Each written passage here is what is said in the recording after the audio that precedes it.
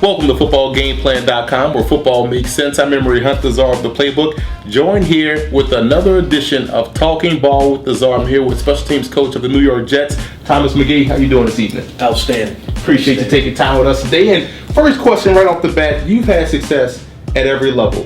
NFL Europe, college when you're at Houston, coaching and as a player. What are some of the seeds to success to excel in both as a coach and as a player at all levels? You know, the thing that I found over the years, players and the coaches that have the most success, the guys that are consistent and they have great habits. You know, it's something that I learned from my special teams coach, Frank Gans Jr.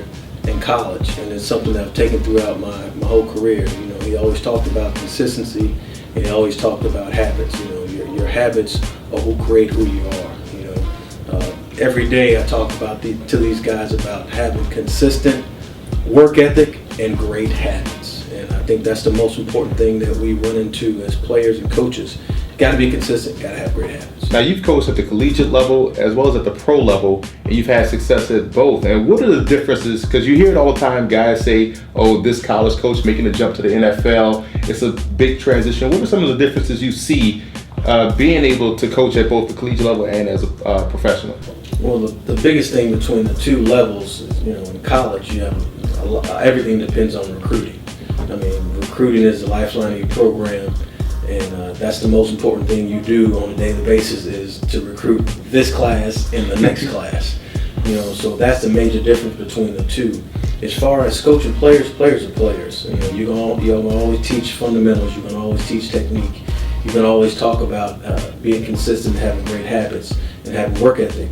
So on that part of the coaching is no different at any level, but it's more so the recruiting as opposed to being able to evaluate and project guys to where you want them to be or where you see them fit into your program. Because a lot of people think, oh, you're coaching at the collegiate level, you're coaching teenagers, and coaching pros, you're coaching guys that are over the age, let's say 22. There's not really a difference between the two styles of players. Yeah, the only difference, you know, obviously, you know, the guys on the professional level are making more money, and you're dealing with more personalities. Mm-hmm. You know, on the college level, you still, depending on what level of college that you're on, I mean, you know, you're going to have very talented individuals who are going to have egos and all that good stuff. I mean, that's on every level, but it's more just managing personalities and making sure that everything fits on the 45 when you get ready to play on game day, and you got them prepared to work at their highest level. But what's your coaching philosophy? My guys, I want them to play fast, I want them to play physical, and I want them to be smart. You know, and I try and give them information they can use on a daily basis. You know, things that are going to make them better football players on and off the field. And I don't limit it just to football. And, you know, because players understand. You know, they'll give you everything they got if they know you care about it. And if you go in there and you're just all football all the time, you know, they're going to give you what you expect.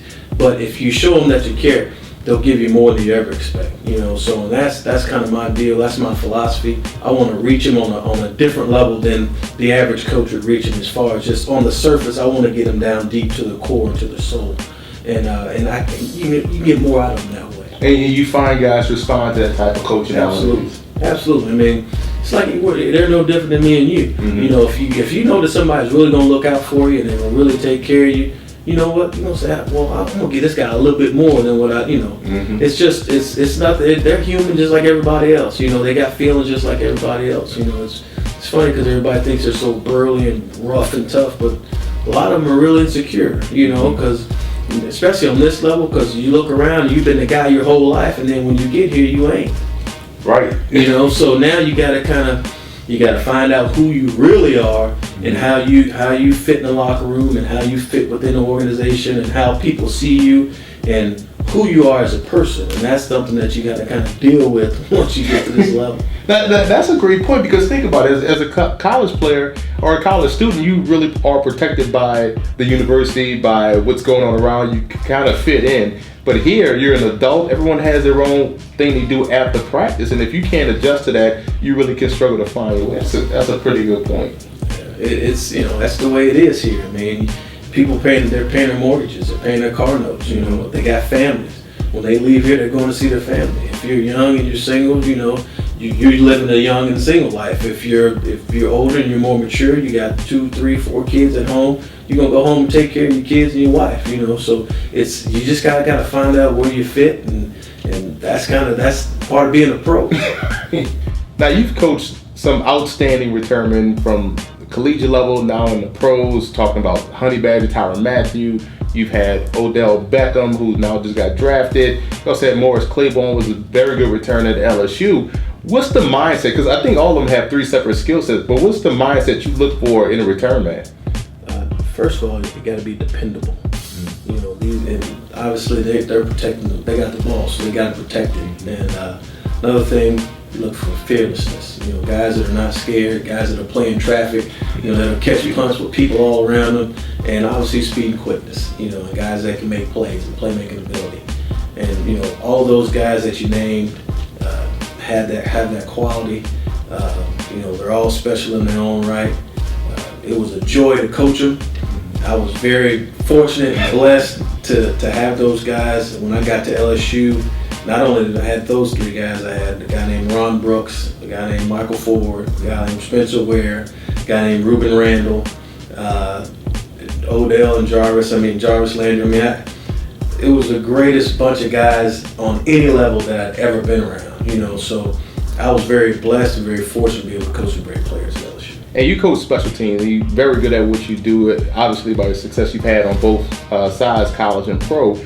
Why is special teams the most overlooked third of the game, and why is that the most important aspect of the game? It gets overlooked because it's not you get one chance. You know what I mean? The ball, you kick it off, you get one shot. It's a kickoff return, you get one shot. 4th down, you get one shot to punt the ball. If you kick the field goal, you get one shot. So it's not 1st, 2nd, and 3rd down. I think that's kind of why it gets overlooked. It's important, obviously, because it's field position. Hitting yardage. I always tell guys the most important play in football is to punt. Because when you punt the football, it's 40 yards on average, 45 yards. Now in the NFL, it's almost 50 yards on average. How many receivers have 8 catches for 400 yards? How many running backs have 8 carries for 400 yards? But it's very easy for a punter to sit back there and have 8 punts for 400 yards. So it's the biggest exchange of field position that you have. And it's extremely important. When you talk about game-changing plays as far as the return game, guys making plays and scoring touchdowns and blocking punts, and you're talking about game changers. And when you talk about game-changing plays, just affecting the game in a positive manner, being able to excite your team and give your team a big momentum shift, that's huge. Well, Coach, I appreciate you taking time talking ball with me. It was a fun experience. I wish you the best this year, and I'll be definitely checking out your special teams. I may learn something, a thing or two. Yeah, I appreciate it. Thank you for having me. Anytime.